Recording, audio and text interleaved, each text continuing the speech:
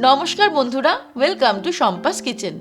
আজকে নিয়ে এসেছি খুব সহজে ও কম সময়ে দারুণ tasty butter garlic chicken recipe.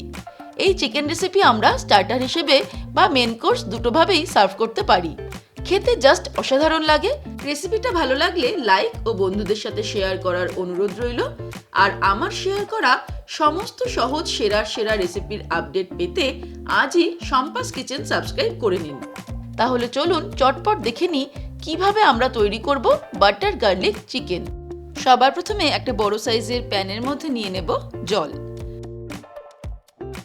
4 cup পরিমাণে এখানে জল নিয়ে নেব। আমি প্রায় 1 লিটার মতন জল নিয়ে নেব।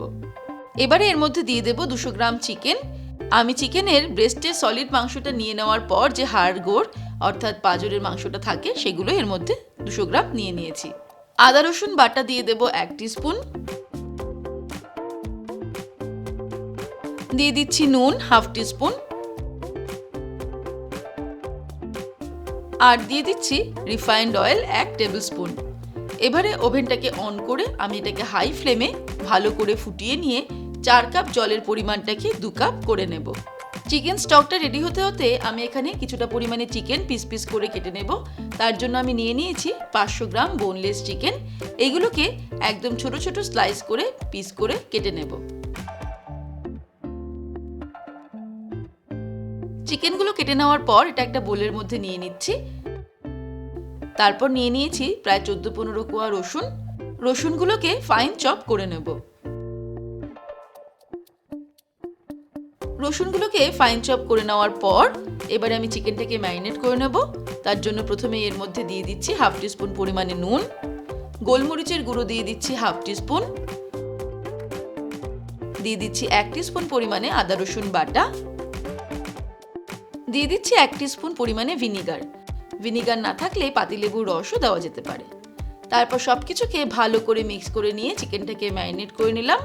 এবারে এটাকে রেখে দেব 15 থেকে 20 মিনিট। ততক্ষণে আমাদের চিকেন স্টকটাও রেডি হয়ে গেছে। চলুন এবার ওটা দেখে নিই। এই দেখুন চিকেন স্টকটা রেডি হয়ে গেছে। এটা 4 কাপ জল থেকে 2 কাপ হয়ে গেছে ফুটে। আর এবারে আমি এটাকে মাংসগুলো ছেঁকে নিয়ে স্টকটা আলাদা করে নেব। ওভেনটাকে অফ করে দিলাম। চিকেনটা ম্যারিনেট করে 15-20 মিনিট হয়ে গেলে এর মধ্যে আমি দিয়ে দিচ্ছি 1/3 কাপ পরিমাণে শুকনো ময়দা। ভালো করে ময়দাটাকে মাখিয়ে নেব। তারপর চলে যাব মূল রান্নায়। এবারে একটা ছোট কড়াইতে কিছুটা পরিমাণে রিফাইন্ড অয়েল আমি নিয়ে নিয়েছি। ভালো করে গরম করে নিয়েছি তেলটা।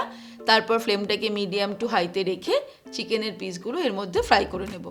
চিকেনগুলো ফ্রাই করার সময় খেয়াল রাখতে হবে খুব বেশি পরিমাণে ফ্রাই করব না, তাহলে কিন্তু চিকেনটা হার্ড হয়ে যাবে।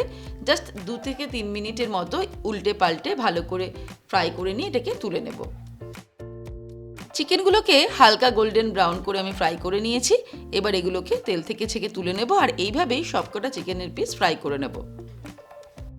এবারে আমি একটা কড়াইতে দিয়ে দিচ্ছি 50 গ্রাম মতন বাটার। বাটারটাকে সামান্য মেল্ট হতে দেব।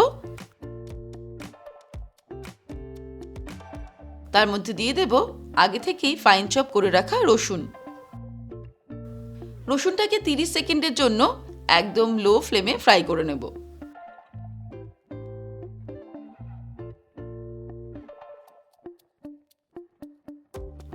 রসুনটাকে 30 সেকেন্ড ফ্রাই করার পর এর মধ্যে অ্যাড করে দেব 1 টিস্পুন পরিমাণে অরিগানো, আর দিয়ে দিচ্ছি হাফ টিস্পুন চিলি ফ্লেক্স।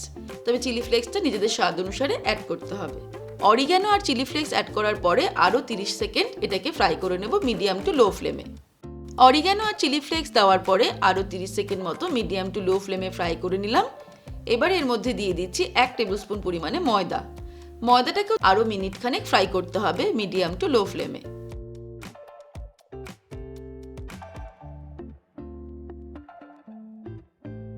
এবারে এর মধ্যে অ্যাড করে দেব চিকেন স্টক, যেটা আমি আগেই তৈরি করে নিয়েছি। 1 কাপ পরিমাণ চিকেন স্টক দিয়ে দেব। চিকেন স্টক অ্যাড করার পর এবারে আমি ফ্লেমটাকে বাড়িয়ে দেব। তারপর যখন এটা ফুটতে শুরু করবে তখন এর মধ্যে অ্যাড করে দেব আগে থেকে ফ্রাই করে রাখা চিকেনের পিসগুলো।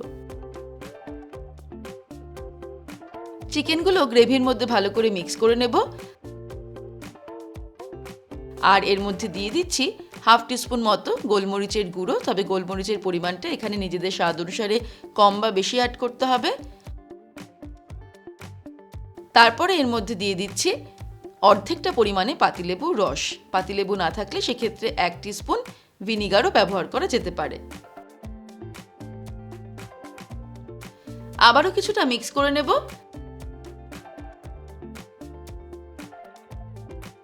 তারপর ফাইনালি এর মধ্যে দিয়ে দেব কিছুটা পরিমাণে ফ্রেশ পার্সলে পাতা কুচানো।